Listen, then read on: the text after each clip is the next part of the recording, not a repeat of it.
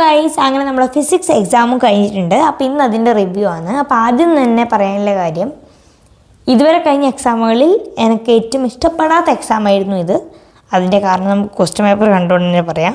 ഇതാണ് നമ്മളെ മനോഹരമായ ക്വസ്റ്റ്യൻ പേപ്പർ.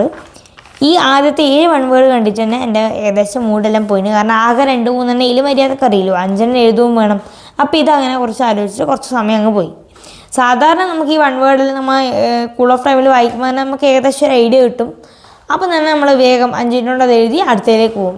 ഇതിന് തന്നെ കുറച്ച് സമയം അധികം പോയി. പിന്നെ അത് കഴിഞ്ഞ് ഇതെല്ലാം വന്നു, ഇതെല്ലാം എഴുതി കൊടുത്തിട്ടുണ്ട്. ബാക്കിയെല്ലാം കുറച്ച് എഴുതി. പിന്നെ ഇതെല്ലാം അങ്ങ് എഴുതി അങ്ങനെ പോയി. പക്ഷെ എൻ്റെ എന്ന് പറഞ്ഞാൽ എനിക്ക് അത്ര ഓർമ്മയില്ല, പഠിച്ചു എന്ന് എനിക്ക് പകുതി ഓർമ്മയില്ല. കുറേ പ്രാവശ്യം എഴുതി പഠിച്ച ഡെറിവേഷൻ വരെ ആടെ എത്തുമ്പോൾ പകുതിയെ കിട്ടുന്നില്ലൂ. അല്ലെങ്കിൽ തുടക്കം കിട്ടൂല, അല്ലെങ്കിൽ നടുക്ക് കിട്ടൂല, അല്ലെങ്കിൽ അവസാനം കിട്ടൂല. അങ്ങനത്തെ ഒരു അവസ്ഥ ഉണ്ടായി. അതാണ് ഒരു ടോട്ടലൊരു പ്രശ്നം അതാണ് ഉണ്ടായത്. പിന്നെ ഇതെല്ലാം അങ്ങ് എഴുതി കൊടുത്ത് ലാസ്റ്റ് എന്തായി, ഈ ടോർക്കിൻ്റെല്ലാം വായിക്കുമ്പം ഇനി മറ്റേ 4ാമത്തെ പാഠത്തിലാണോ ഈ ഇലക്ട്രിക് എന്ന് ആദ്യം വായിച്ചിട്ടുണ്ടായിട്ടില്ല. അപ്പോൾ എനിക്ക് ഡൗട്ടായി 4ാമത്തെ പാഠത്തിൻ്റെ ആണോ 1ാമത്തെ പാഠത്തിൻ്റെ ആണോ. പിന്നെ ഒന്നും കൂടി ക്വസ്റ്റ്യൻ വായിച്ചപ്പോൾ ഇവിടെ ഇലക്ട്രിക് ഫീൽഡ് കണ്ടു. അങ്ങനെ നമ്മൾ മറ്റേ PE sin θ എഴുതി കൊടുത്തു. പിന്നെയുള്ളത് എന്താ പറയുക, പിന്നെ ഈ ഒരു ഡെറിവേഷൻ, ഇത് എങ്ങനെ ക്വസ്റ്റ്യൻ വായിച്ചിട്ടും ഏത് ഡെറിവേഷൻ ആണെന്ന് ഓർമ്മയുണ്ടായിട്ടില്ല. എങ്ങനെ വായിച്ചിട്ടും ഇതിപ്പോൾ ആക്സിയലിൻ്റെതാണോ ഇക്വിറ്റോറിയലിൻ്റെതാണോ 10 വട്ടം വായിച്ചിട്ടാണ് ലാസ്റ്റ് ഇക്വിറ്റോറിയൽ ഉറപ്പിച്ച് ഇക്വിറ്റോറിയൽ എഴുതിയത്. പിന്നെ ഇതെല്ലാം അങ്ങ് എഴുതി. പിന്നെ അതേപോലെ ഈ ഡെറിവേഷൻ ഇത് ഏതാണെന്ന് ഇപ്പോൾ എനിക്കറിയില്ല. സത്യം പറഞ്ഞാൽ ഞാൻ ഒരു ഡെറിവേഷൻ എഴുതിയിട്ടുണ്ട്. അങ്ങനെയാണ് സംഭവങ്ങളുടെ കിടപ്പ് എന്ന് പറയുന്നത്. അതായത് ക്വസ്റ്റ്യൻ ഡയറക്റ്റ് അല്ല.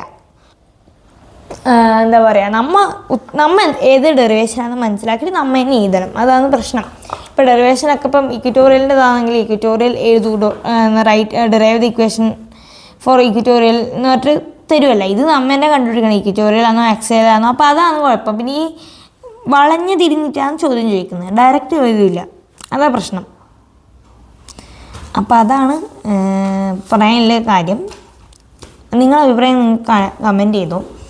അപ്പോൾ അതാണ് ഇന്നത്തെ എക്സാമിൻ്റെ എനിക്ക് അത്ര വലിയ ഇഷ്ടപ്പെട്ടിട്ട്. കാരണം ഒന്നാമതൊന്നും ചിലത് ഓർമ്മ കിട്ടുന്നുമില്ല. ഞാൻ പറഞ്ഞില്ല പകുതിക്കുന്നെല്ലാം സ്റ്റക്കാവുന്ന കാര്യം. അപ്പോൾ അതാണൊരു കുഴപ്പം. അപ്പോൾ നിങ്ങളുടെ അഭിപ്രായങ്ങൾ നിങ്ങളത് മറക്കാണ്ട് താഴെ കമൻറ്റ് ചെയ്തോ. കാരണം ഇനി എനിക്ക് മാത്രമാണോ ഇത് എന്നെല്ലാം എനിക്ക് ചിലപ്പോൾ തോന്നിയിട്ടുണ്ട് എക്സാം എഴുതുന്ന സമയത്ത്. പിന്നെ എൻ്റെ ഫ്രണ്ട്സിനോട് ചോദിച്ചപ്പോൾ അവർക്കും ഏകദേശം ഇതേ അഭിപ്രായമാണ്. അപ്പോൾ നിങ്ങൾക്ക് എന്നാ അഭിപ്രായം താഴെ കമൻറ്റ് ചെയ്തോ. അപ്പോൾ ഗൈസ്, ബൈ.